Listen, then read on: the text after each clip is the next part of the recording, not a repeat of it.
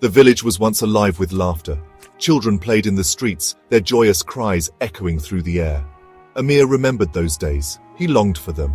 Now, silence hung heavy, a suffocating blanket under the Taliban's rule. Gone was the music, the vibrant clothes, the freedom that once painted his world with joy. His childhood felt stolen, replaced with fear and uncertainty. One night, the silence shattered. Gunfire erupted, tearing through the stillness. Amir, huddled with his mother, trembled as the sounds drew closer. He heard his father's muffled cries, then the heavy thud of boots against their wooden floor. Strangers, their faces hidden behind beards and fury, stormed their home. Amir's father, his voice a strained whisper, urged him to be brave, to be strong. Then they dragged him away, leaving Amir and his mother clinging to each other, lost in a world that had been irrevocably broken.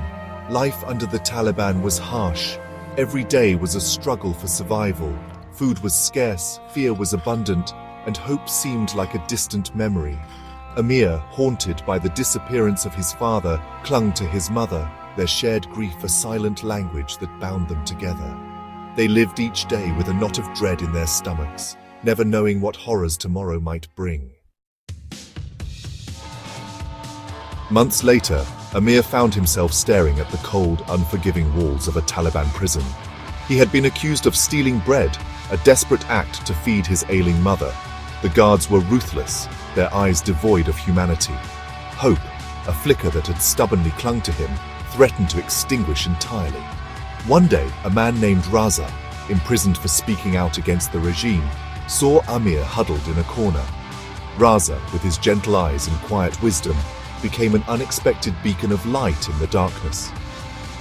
He shared his meager food rations with Amir, told him stories of a world beyond their prison walls, and spoke of hope and resilience. He saw a spark in Amir, a thirst for freedom, and he vowed to help him escape the clutches of the Taliban. Raza, a skilled strategist during his time fighting against the Soviet occupation, devised a daring plan for their escape. He taught Amir how to pick locks, how to navigate by the stars, and how to blend in with the crowds. He instilled in Amir the courage to fight for his freedom, reminding him that every breath was a victory against oppression.